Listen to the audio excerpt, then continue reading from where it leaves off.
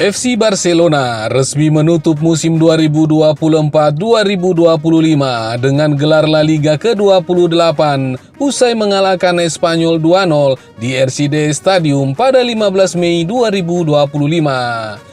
Kemenangan ini menandai kesuksesan Hansi Flick dalam musim perdananya sebagai pelatih Blaugrana dengan meraih treble domestik, La Liga, Copa del Rey, dan Supercopa de España.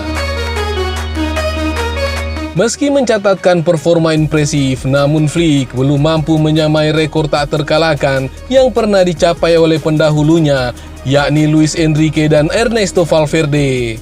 Sepanjang musim ini, Barcelona di bawah asuhan Flick mencatatkan lebih dari 30 pertandingan tak terkalahkan di semua kompetisi hingga memastikan gelar La Liga pada 15 Mei 2025.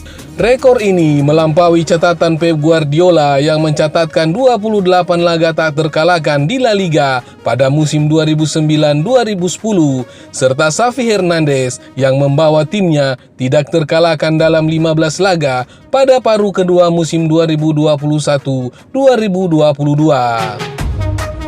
Namun Flick masih berada di bawah rekor Luis Enrique yang mencatatkan 39 laga tak terkalahkan dalam satu musim pada 2015-2016 dan Ernesto Valverde yang mencatatkan 43 pertandingan tak terkalahkan yang sebagian besar terjadi pada musim 2017-2018.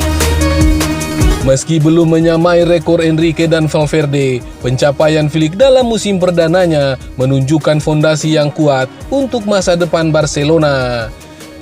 Dengan kombinasi pemain muda berbakat seperti Lamine Yamal dan strategi pelatih berpengalaman, Barcelona menunjukkan potensi besar untuk mencapai rekor-rekor baru di masa depan. Dengan performa impresif dan gelar domestik yang diraih, Flick telah menempatkan dirinya sebagai pelatih yang mampu membawa Barcelona kembali ke puncak kejayaan. Meski rekor tak terkalahkan tertinggi masih menjadi tantangan berikutnya. Di balik kesuksesan FC Barcelona menutup musim 2024-2025 dengan raihan treble domestik, satu nama mencuat sebagai aktor utama di lapangan. Dia adalah Rafinha.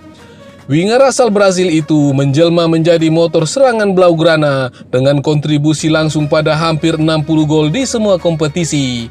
Dengan torehan 34 gol dan 25 assist, Rafinha mencatatkan musim terbaik dalam karir profesionalnya dan menjadi pilar tak tergantikan dalam skuad Hansi Flick. Ketika Hansi Flick tiba menggantikan Xavi pada awal musim, banyak yang meragukan apakah Barcelona mampu bersaing di tengah tekanan finansial dan regenerasi skuad.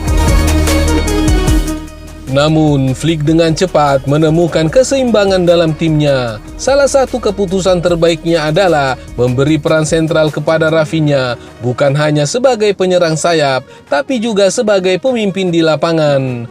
Musim ini, Rafinha tampil dalam 51 laga, tidak hanya produktif, tapi juga konsisten di momen-momen krusial. Salah satu performa puncaknya datang saat Barcelona mencetak 4 kemenangan El Clasico beruntun atas Real Madrid, di mana Rafinha terlibat langsung dalam 5 gol. Kemenangan dramatis 4-3 di Bernabeu menjadi titik balik dalam perebutan gelar La Liga dan Rafinha menjadi pahlawan lewat 1 gol dan 1 assist di laga tersebut. Tak hanya di Liga Domestik, perannya juga vital dalam perjalanan Barca di Copa del Rey dan Supercopa. Dalam final Copa del Rey melawan Atletico Madrid, dia menyumbang 2 assist yang memastikan kemenangan 3-1. Total kontribusi 59 gol, rinciannya 34 gol ditambah 25 assist membuatnya menjadi pemain paling produktif di skuad Barcelona musim ini, mengungguli Robert Lewandowski dan Lamine Yamal.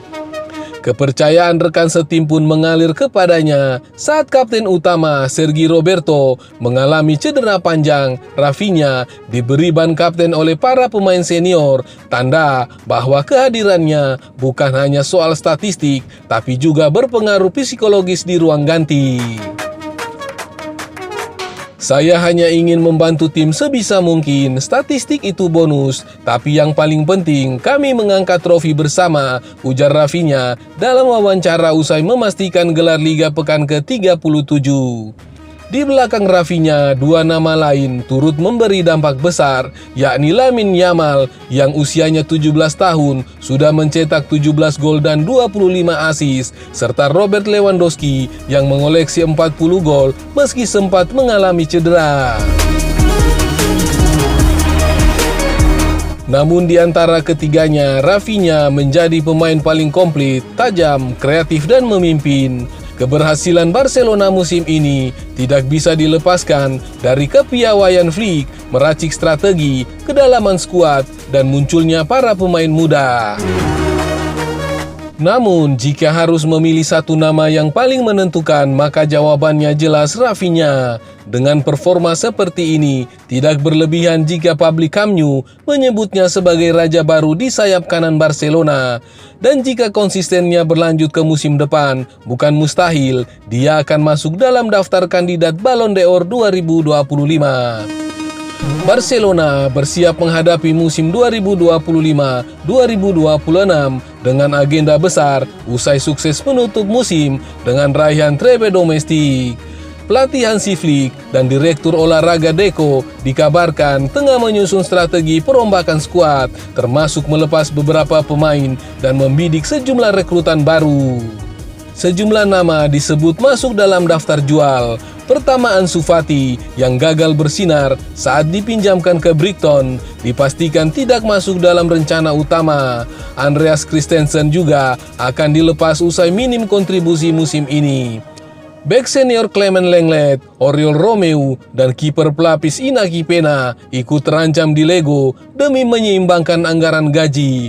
Nama-nama muda seperti Julian Araujo dan Mikhail Faye kemungkinan dipinjamkan untuk menambah jam terbang. Barcelona juga mengincar bek tangguh Bayer Leverkusen, Jonathan Tah, guna memperkokoh pertahanan.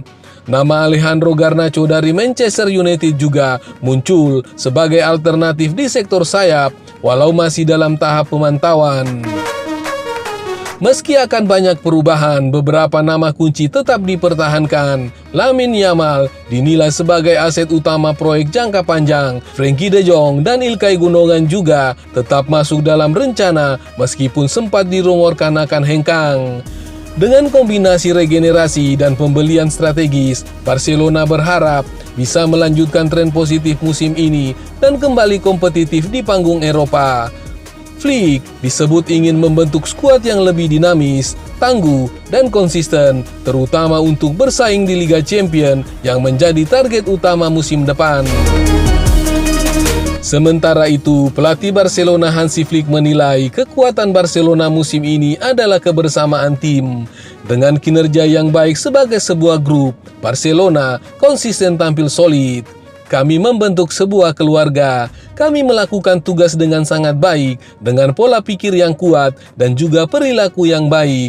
Sungguh fantastis melihat ikatan keluarga yang kami buat. Kami mempedulikan satu sama lain, ucap Hansi Flick.